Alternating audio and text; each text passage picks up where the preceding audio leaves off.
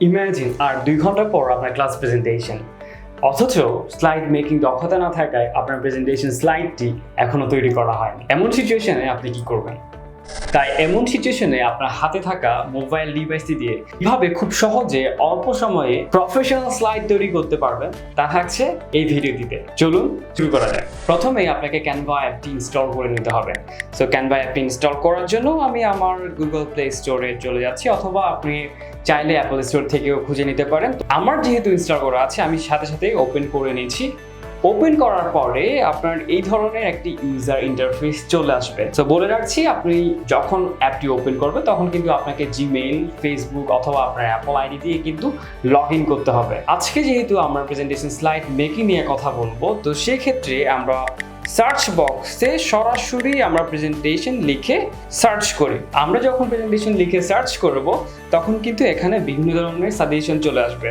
For example, আমি এখানে marketing presentation যে সাজেশনটি চলে এসেছে সেটি ওপেন করলাম। ওপেন করার পরে এখানে কিন্তু মার্কেটিং রিলেটেড যত সকল টেমপ্লেট আছে তা এখানে চলে আসলো। আপনার যে প্রেজেন্টেশনটি আছে সেটি যদি মার্কেটিং রিলেটেড হয়ে থাকে তখন কিন্তু আপনি এই যে টেমপ্লেটগুলো আছে এখান থেকে যে কোনো একটি সিলেক্ট করে জাস্ট ইনফরমেশন বসিয়ে কিন্তু স্লাইডটি তৈরি করতে পারবেন। সো আজকে যেহেতু আমরা প্রেজেন্টেশনের মধ্যে প্রফেশনাল প্রেজেন্টেশন স্লাইড তৈরি নিয়ে কথা বলবো, সো আমরা প্রফেশনাল প্রেজেন্টেশন লিখে সার্চ করি, রাইট? সো আমরা প্রফেশনাল প্রেজেন্টেশন লিখে সার্চ করলাম। সার্চ করার পরে এখানে বেশ চমৎকার কিছু স্লাইডের টেমপ্লেট চলে আসলো। সো আমরা চোখ বন্ধ করে যে কোনো একটি স্লাইডের টেমপ্লেট আমরা সিলেক্ট করে নিই। উদাহরণস্বরূপ আমি জাস্ট সাস্টেনেবল ডেভেলপমেন্ট গোলসের উপরে যে স্লাইড টেমপ্লেটটি আছে সেটি আমি ক্লিক করলাম। এখানে দেখতে পাবেন এখানে বেশ চমৎকার স্লাইড অলরেডি রেডি করা আছে। আপনাকে কিছুই করতে হচ্ছে না, জাস্ট ইনফরমেশনগুলো আপনার মতো করে আপনি চেঞ্জ করে নিলে কিন্তু স্লাইডটি একদম চমৎকারভাবে রেডি হয়ে যায়। সো আমরা কিভাবে এখানে আমাদের ইনফরমেশনগুলো বসাবো সেটি আমি আপনাদেরকে দেখিয়ে দিচ্ছি। সো আমি যদি এই যে টাইটেল যে অপশনটি আছে সাস্টেনেবল ডেভেলপমেন্ট গোলস, সো আমি এই টপিকের যে টাইটেলটি আছে চাচ্ছি এটি আমি চেঞ্জ করে নেব। চেঞ্জ করার জন্য আমি প্রথমে আনগ্রুপ করে নিলাম, রাইট? আনগ্রুপ করে নিয়ে আমি ভিতরের যে লেখাটি আছে সেটি আমি চেঞ্জ করে নিলাম। সো আমি লিখি presentation slide making. So it's an example guys. লেখার পরে আমি চাচ্ছি এই যে নিচে যে লেখাটি আছে তার সেটি হচ্ছে আমি চেঞ্জ করব।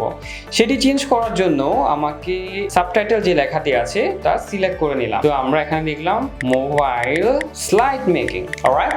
সো আমরা লিখে দিলাম মোবাইল স্লাইড মেকিং টিউটোরিয়াল। এরপরে আমরা যদি নেক্সট স্লাইডে চলে যাই, নেক্সট স্লাইডের এলিমেন্টসগুলো যদি আমরা চেঞ্জ করতে চাই তাও কিন্তু আমরা খুব সহজে চেঞ্জ করে নিতে পারবো। জাস্ট ক্লিক করে আপনি আপনার মতো করে এই লেখাগুলোর মধ্যে আপনার কন্টেন্টগুলো আপনি লিখে নেবেন, তাহলেই কিন্তু বেশ চমৎকারভাবে সবকিছু হয়ে যাচ্ছে, রাইট? এরপরে আপনারা যদি চান যে আমি এই শেপের কালারটি চেঞ্জ করব অথবা ব্যাকগ্রাউন্ডের যে হোয়াইট কালারটি আছে সেটি চেঞ্জ করব, তো সেক্ষেত্রে আমি ব্যাকগ্রাউন্ডটি সিলেক্ট করলাম। সিলেক্ট করে যদি এখানে যে কালারে ক্লিক করে এখান থেকে অ্যাভেলেবল কালার থেকে আমি যে কোনো কালার আমি এখান থেকে পিক করে নিতে পারি, রাইট?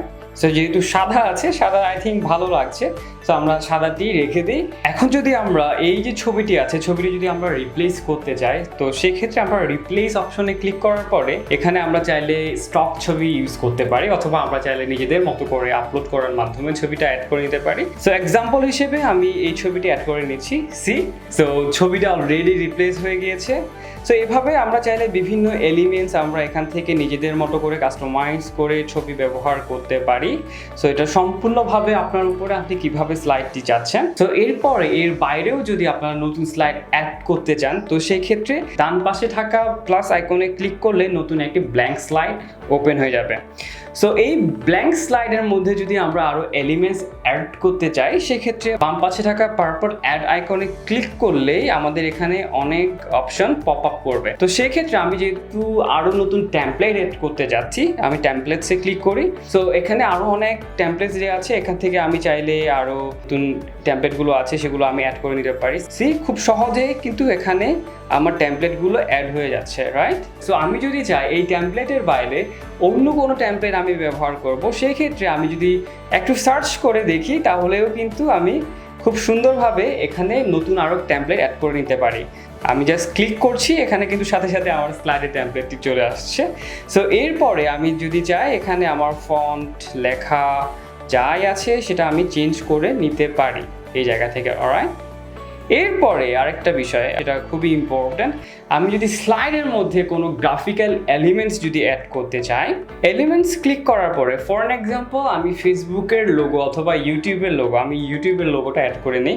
সো আমি ইউটিউব লিখে যদি এখানে সার্চ করি, এই সার্চ বারে ইউটিউব লোগো লিখে সার্চ করলে কিন্তু এখানে চমৎকার চমৎকার সব ইউটিউবের লোগো অলরেডি চলে এসেছে। সো আমি যে কোনো একটি সিলেক্ট করছি, সো আমি ক্লিক করলে কিন্তু এখানে ইউটিউবের যে লোগোটি আছে লোগোটির সাথে সাথে আমার স্লাইডে অ্যাড হয়ে যাবে। সো আমাদের স্লাইড অলমোস্ট রেডি, আমরা ধরে নিচ্ছি আমাদের স্লাইড রেডি হয়ে গিয়েছে, সকল ইনফরমেশন বসানো শেষ। সো এরপরে আমি আপনাদের একটু প্রেজেন্ট করে দেখাই স্লাইডটি। এখন প্রশ্ন হচ্ছে এই যে স্লাইডটি আছে এটি আমি ডাউনলোড করব কিভাবে, রাইট? সো ডাউনলোড করার জন্য আমার এই যে শেয়ারের যে অপশনটি আছে একদম টপ রাইট কর্নারে, সো আমি যদি মাইক্রোসফট পাওয়ার পয়েন্টে ক্লিক করি তাহলে কিন্তু এখানে সিলেকশনের অপশন চলে আসতেছে যে আমি কোন কোন স্লাইডগুলো ডাউনলোড করতে চাই। সো আমি সবগুলো স্লাইডই একসাথে আসলে ডাউনলোড করব, সেজন্য আমি অল পেজ সিলেক্ট করলাম এবং ডাউনলোড ক্লিক করার সাথে সাথে আমার স্লাইডটি কিন্তু ক্যানভা প্রিপেয়ার করে দিচ্ছে এবং যে স্লাইডটি ডাউনলোড হবে এই স্লাইডটি কিন্তু সম্পূর্ণভাবে মাইক্রোসফট পাওয়ার পয়েন্ট ফরম্যাটে, অর্থাৎ পিপিটি যে ফরম্যাট আছে ওই পিপিটি ফরম্যাটে কিন্তু আমার এখানে ডাউনলোড হয়ে যাচ্ছে।